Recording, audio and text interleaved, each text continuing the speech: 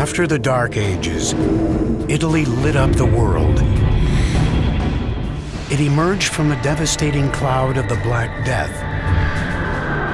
and brought innovation, spectacle, and the glorification of man. It was an explosion of new ideas from some of the greatest minds of all time. Filippo Brunelleschi was the ingenio, the ingenious man. It produced some of the greatest works of architecture, art, and engineering the world has ever known. The enterprise of Renaissance engineering is recovering this ancient knowledge. I don't think that any other period in the history of Western civilization can brag to having produced so much genius. But achieving such genius was a struggle, as builders battled unprecedented natural disaster, church dogma, and each other. And the Italian peninsula becomes the cockpit, the fighting point. This was the age of architects, and it created a bold new sense that nothing was impossible.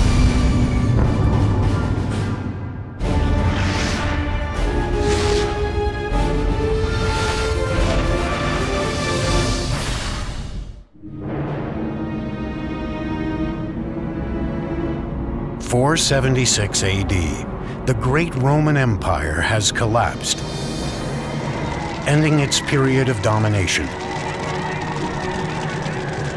The emperors who ruled and shaped the region have been dissolved, and Western Europe has become fractured. For centuries, Europe is dominated by a line of German kings who called their domain the Holy Roman Empire. But by the 12th century, a loose collection of Italian republics is taking shape. Together, they aim to recover the past glory of Rome. They would revitalize Europe and engineer the blueprint for the modern Western world. Hi, I'm Peter Weller. And in 2001, I came here to the city of Florence to finish a master's degree in Italian Renaissance art history at Syracuse University in Florence. The Italian Renaissance is as overwhelmingly mind-blowing as it is beautiful. It is the most impacting epoch of the last millennium. It is the age of invention with Da Vinci and Copernicus and Gutenberg, but it is also the age of the cult of personality. It is the time when that unknown artisan or craftsman will become the artist. It is the time when that nameless builder will become the architect. In the 12th and 13th centuries, Italy is really beginning this sort of rebirth. Because what's happening is that stability has been reinstituted onto the peninsula, mainly through the Holy Roman Empire, through the system that we call feudalism. The city is reborn. Within these newly liberated Italian cities, a new kind of leader emerged. The rulers of the Italian city-states are the merchants. They're not the traditional aristocracy. They're not the traditional nobles.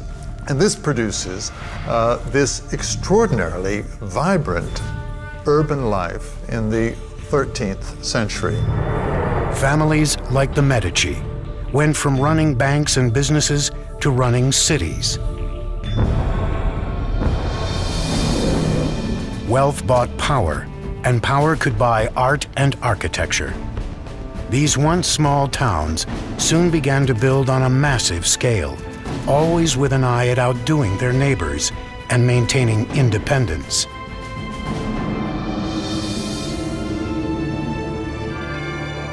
The foundation for the Renaissance is the city. Everything that happens in the Renaissance, from art, architecture, engineering, literature, all the things that go on depend upon the city. One ambitious city seeking power in this new age was a growing republic situated along an important trade route between France and Rome. Its name was Siena. I come here to the Piazza del Campo once a year to witness that medieval harangue on horseback around here called Palio. 3 times around this Campo, 90 seconds of speed and violence on bareback horses. When the horses run, they pass this magnificent 15th century sculpted fountain called the Fonte Gaia by Jacopo della Quercia.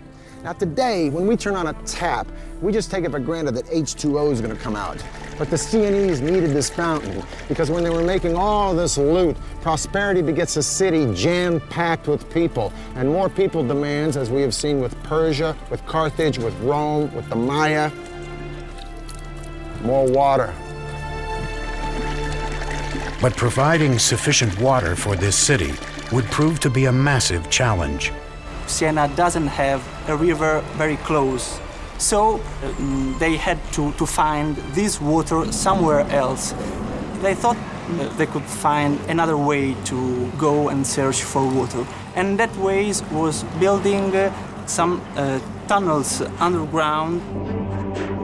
By digging a network of underground tunnels called bottini, the workers could tap into small natural springs and groundwater that surrounded Siena. Slowly, the water would seep through the terrain into these narrow tunnels and holding tanks. But excavating these bottini was no easy task.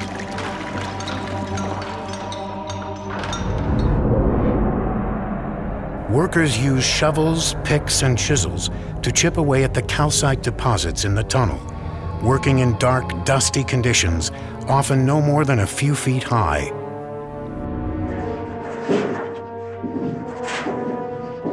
A bottino like this one would sometimes run for miles and miles, so the engineers had to know just where in the heck they were going. So every so often they dug a hole up to the surface, and these holes were called occhi, or eyes. It would give the engineer a sense of where the direction of the bottino would be, and if they were wrong, they could redirect the bottino. The water would navigate through the barrel-shaped tunnels, turning into different parts of the city where it was needed most, and coursing underneath the busy streets into the fountains around Siena, like the Fonte Gaia. Now these channels had to be pitched at an angle ever so slight, imperceptible to the naked eye, less than 1 degree, because if the water flowed too steeply, it would overwhelm the system. So to keep this from happening, the engineers used an instrument called an archipendolo. It's nothing but a pendulum. It's a stick with a string and a weighted ball or stone at the end. No matter how much you pitch the stick, the string will always remain vertical, giving you a vertical line in a relationship to the tilt of the horizontal stick. In this way, the water would flow quietly and evenly into Siena and fill up the Fonte Gaia. By the year 1345, more than 10 miles of tunnels were functioning underneath bustling Siena. As a result, Siena continued to grow and prosper. More water brought more people to the boomtown. More people to the boomtown, more turf is needed. Pretty soon, Siena controls most of southern Tuscany. Now, this prosperity and this land encroachment, if you will, would seriously become the burr in the saddle to one of its neighbors.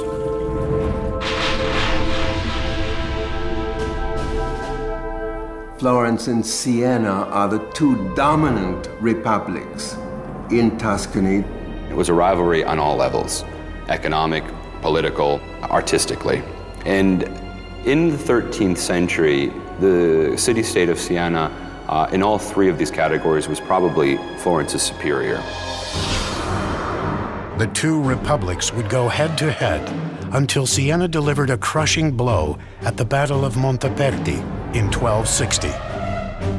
Siena fights Florence. And to put it bluntly, Siena kicks ass. Florence goes home in humiliation and defeat, but guess what? That ain't gonna be for long.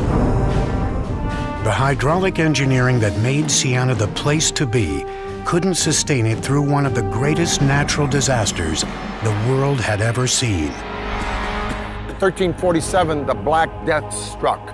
And according to the eminent humanist writer Giovanni Boccaccio, who witnessed the Black Death, the disease killed so fast that you could lunch with your friends and dine with your ancestors in heaven. One conservative estimate is that Siena lost over 60% of its population in a matter of months. One thing is for certain, after the Black Death, Siena would never be a major player again on the stage of early modern Italy. That singular event probably marks the end of Siena's role on a kind of international scene, and it also marks the beginning of Florence's rise to power. The city of Siena was shattered. It would leave the door wide open for its arch-rival, Florence, to step into the void and engineer its own rise to power and glory, culminating in one of the most magnificent monuments of the modern era, a structure no one thought could ever be built.